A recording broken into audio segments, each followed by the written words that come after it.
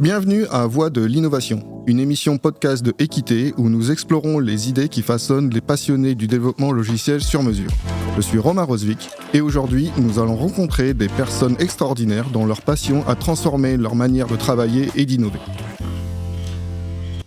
Bonjour à tous, je suis Rémi Briouat et je suis aujourd'hui invité du podcast d'Équité. C'est parti. Parfait. C'est ton premier clap ? Mon premier clap. Alors ça fait quoi ? Eh ben écoute, je crois qu'une nouvelle carrière s'annonce. Ok, carrément. Bon. Écoute, fais ce qu'il faut. Merci d'avoir accepté l'invitation. Bah écoute, de rien Romain, avec plaisir. Alors Rémi, qu'est-ce que tu fais dans la vie ? C'est quoi ton métier ? Alors mon métier, moi aujourd'hui, c'est système architecte chez BPI France. Ouais, c'est quoi ce truc ? C'est quoi ce rôle ? Alors, c'est quoi ce rôle d'architecte ? Donc en fait, moi j'accompagne un ensemble d'équipes dans la définition de l'architecture de leur solution. Okay. C'est-à-dire finalement trouver la meilleure solution pour répondre aux enjeux du métier. Est-ce que tout bêtement déjà on fait du buy ? Est-ce qu'on fait du make ? Okay. Le make, comment on le fait ? Quelle techno ? Quelle architecture ? Pour répondre au mieux aux enjeux qu'on pourrait avoir, les enjeux de volume, des enjeux de temps de réponse, des enjeux de sécurité, et ainsi de suite. Donc comme je te disais, moi je suis chez BPI France. BPI France, c'est une banque pour les entreprises. Oui. Donc on a aussi beaucoup d'aspects justement sécurité, beaucoup d'aspects conformité, avec donc garantir que par exemple on va bien respecter les normes d'accessibilité, garantir qu'on va bien respecter tout ce qui va être la RGPD, garantir que effectivement on risque pas d'avoir des fuites de données, et en l'occurrence nous par exemple il y a une partie des données qu'on traite qui sont des données de financement de l'État pour les entreprises. Donc évidemment on veut pas que ça fuite sur internet et ainsi de suite. Donc voilà, c'est mieux. Beaucoup d'enjeux. Et puis une vue on va dire un petit peu garantir que tout ça va vivre dans le temps, garantir que on est effectivement dans les bonnes trajectoires par rapport aux doctrines de l'entreprise, par rapport aux choix qui ont été faits au niveau de l'entreprise. Voilà, c'est un peu tout ça mon métier. C'est très riche techniquement, c'est très riche fonctionnellement, c'est très riche d'un point de vue organisationnel. Et je travaille sur des trucs aussi larges que un réseau social pour des entrepreneurs, une application qui sert à contractualiser des subventions d'État pour les entreprises, que par exemple de l'envoi de mail à travers du Salesforce Marketing. Donc, tu vois, c'est super large. Le grand écart. Ouais, le grand écart. Bon. Tu peux me raconter comment t'es arrivé là ? En fait, c'est quoi la genèse de ton parcours ? Quel était l'élément déclencheur pour dire c'est dans l'IT, c'est dans la tech, c'est dans l'informatique que je veux aller et c'est là-dedans que je vais m'épanouir. C'est ça. Alors l'histoire, c'est que je vais donner un peu de moi-même là-dedans. Quand j'étais jeune, quand j'avais 9-10 ans, mon père il est parti travailler à l'autre bout du monde. D'accord. Et comme il pouvait pas être là, en fait il m'a offert un super ordinateur. D'accord. À l'époque, un 386 DX, 33 MHz, 4 mégas de RAM. Tu te souviens de la caractéristique ? Ah mais mec, j'y ai passé des heures. Et à l'époque, je devais avoir 9 ans, j'y connaissais rien, t'imagines, à 9 ans quoi. Et à l'époque, c'était pas le truc que t'achètes aujourd'hui, t'appuies sur un bouton, ça se lance, tu mets ton code Wi-Fi, fin de l'histoire. À l'époque, pour réussir à lancer un truc, fallait s'accrocher, fallait aller bidouiller l'auto-exe.back, le MS-config, et tout ça pour partager ta mémoire entre la mémoire vidéo et tout ça. Bref. Donc, je demandais à ma mère de m'acheter des bouquins. J'avais 9-10 ans, j'ai eu mes premiers bouquins en Pascal, en Basic, sur comment configurer MS-DOS et tout ça. Et je passais des heures pour ne serait-ce que réussir à lancer mon jeu et ainsi de suite. Et puis c'est comme ça que j'ai commencé aussi à programmer, ça m'a passionné. Donc en fait, la suite de l'histoire, elle a été, la passion elle est née là, l'étincelle elle a pris là. Et après, la suite de l'histoire elle a été naturelle. Jusqu'à après continuer là-dedans. À la fac, dans mes études, et puis ensuite... Donc t'as fait la fac, t'as pas fait une école d'ingé ? Alors non, j'ai pas fait une école d'ingé, plutôt pour des raisons financières. Ouais, non, bien sûr. Voilà, donc j'ai fait une maths sup, je suis parti ensuite à la fac de Calais. J'ai terminé sur un master recherche, ce qu'on appelait anciennement des DEA. Les DEA, voilà. Malheureusement, et malgré les bonnes notes et ainsi de suite, et une mention, j'ai pas eu de bourse de thèse. D'accord. Donc, je suis revenu dans le monde de l'entreprise, d'abord dans une ESN qui s'appelle Nord6, assez connue dans le Nord. Oui. J'ai passé 12 ans là-bas, puis Zenica, voilà, pour la partie passion, excellence technique et ainsi de suite. Et puis à un moment, j'ai voulu sortir un petit peu de ce monde de service et m'inscrire différemment dans une entreprise. Et donc c'est là que j'ai rejoint BPI France il y a quelques mois. Il y a quelques mois, ok.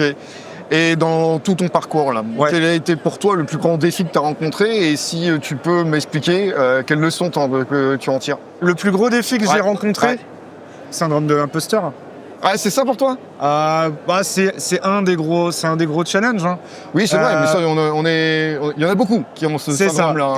Et c'est pas évident, en fait. Moi, je suis quelqu'un qui me remet beaucoup en question. Ouais, je sais. Et voilà, et passer au-dessus, se mettre en avant, ne pas douter, parce qu'on va facilement tomber dans notre milieu sur des gens qui sont extrêmement confiants en eux, sur des gens qui n'ont pas un seul doute. Voilà, le syndrome de l'imposteur, ça a été quand même pour moi un beau challenge. Ouais. Après, il y a eu aussi évidemment plein de beaux projets, plein de challenges techniques et ainsi de suite, quoi. Et donc en challenge technique, si tu peux m'en raconter un, tu t'es dit waouh, là c'est une montagne, elle est horrible. Alors en fait, ça a été peut-être ma première expérience en tant que tech lead. Ah ouais, d'accord. Voilà, donc à l'époque, on était sur la refonte de la partie tunnel de commande du site 3 Suisse. Okay. Moi, j'avais quelques années d'expérience et en fait, ma boîte avait gagné un forfait pour réaliser, refondre, voilà. Alors c'était un projet assez ambitieux dans le délai, sur lequel on avait carte blanche, donc sur lequel c'était l'année du tout premier Devox. Oui. Et j'avais eu la chance de participer à ce tout premier Devox avec une poignée de collègues, des passionnés, des gens connus du coin, des Thomas Reclou, des Jérémy Sévélec, plein de gens, voilà. Et on était revenus avec plein d'idées, des idées plein la tête, une volonté de faire une architecture moderne et ainsi de suite, avec beaucoup de qualité, de craftsmanship à l'intérieur, de l'automatisation, du code, tout ça. Et pour l'époque, on avait été assez loin. Et moi, là-dedans, effectivement, on m'avait proposé d'être tech lead sur ce projet. C'était la première fois que j'étais tech lead. Ouais. Alors, j'ai eu la chance d'être accompagné par des gens merveilleux, mais c'était un super défi à relever. Ça a été dur, on a fait des heures, mais on a eu la chance d'avoir vraiment une super équipe, un super collectif, une super solidarité. On a réussi à sortir dans les temps ce qu'il fallait, à gagner la confiance du client, enfin qu'on avait déjà, puisqu'il nous avait confié son projet, mais en tout cas confirmer. Et ainsi de suite. Et le client, dans les années qui a suivi, a continué de nous suivre les yeux fermés parce qu'on lui avait prouvé que on savait faire des belles choses, qu'on savait effectivement. Et encore, ce projet-là, tous les gens qui ont participé, aussi bien côté client que côté réalisation et ainsi de suite, ils en ont aujourd'hui encore des super souvenirs. Et tous les gens nous disent, mais sur ce projet, on a appris pendant 6 mois, 1 an et encore par la suite. Beaucoup de choses, à la fois techniquement, mais aussi humainement, sur ce que c'est un beau projet et ce que c'est de surmonter les difficultés ensemble. Donc, je pense que tu vas me confirmer que l'IT et le développement logiciel, du soft, c'est d'abord un travail d'équipe. C'est d'abord l'humain. C'est d'abord l'humain et c'est malheureusement quelque chose que souvent oublié. Le côté négligé. Le côté, c'est ça. Je trouve que aujourd'hui, moi j'étais là au début de l'agilité, je fais partie des gens qui ont poussé l'agilité quand c'est arrivé, avec justement toutes ces belles valeurs de l'engagement collectif, l'intelligence collective, et ainsi de suite, faire en sorte que on ait quelque chose qui soit soutenable en termes de travail, où chacun y trouve son compte. Et qui en même temps servent les intérêts du client, délivrent de la valeur et ainsi de suite, tout ça, voilà. Et malheureusement, ça c'était les débuts, puis de petit à petit ça s'est déployé, on va dire depuis 2009, 2010, de plus en plus, 2010, et aujourd'hui on est dans une industrialisation où on a malheureusement, je trouve, je ne vais pas faire une généralité, mais voilà, je trouve qu'il y a beaucoup d'endroits où on a perdu un petit peu l'humain et on a peu perdu les valeurs qu'il pouvait y avoir un peu derrière l'agilité. Il y a un truc à retrouver, quoi. Il y a un truc à retrouver et et alors je comprends la nécessité d'avoir des organisations à l'échelle. Safe, si tu es là, voilà. Ça a ses avantages, ça a aussi ses inconvénients et il ne faut pas oublier l'humain dans tout ça. D'accord. Et en parlant d'humain, là, si une personne me regarde et tu commences à être un homme d'expérience, si tu peux lui donner un conseil pour rentrer dans le milieu de l'IT et du développement logiciel, ça serait quoi ?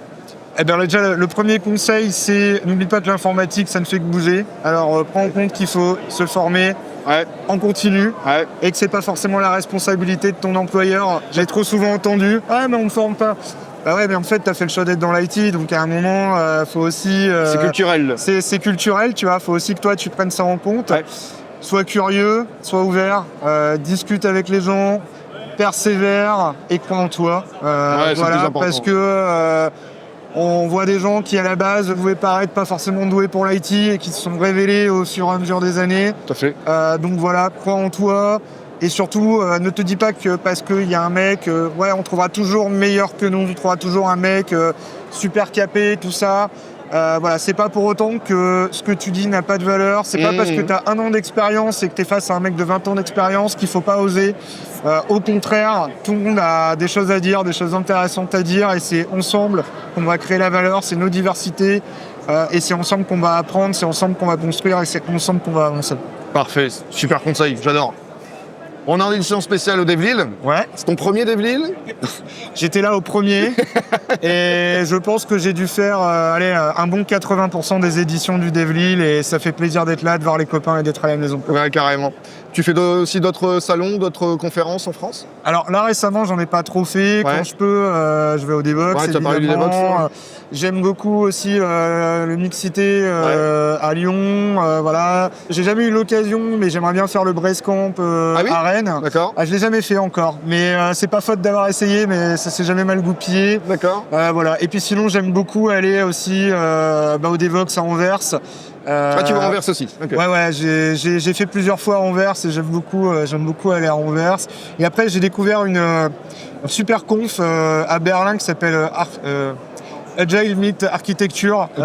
En tant qu'architecte, j'aimerais bien faire, mais que j'ai pas encore eu l'occasion de faire non plus.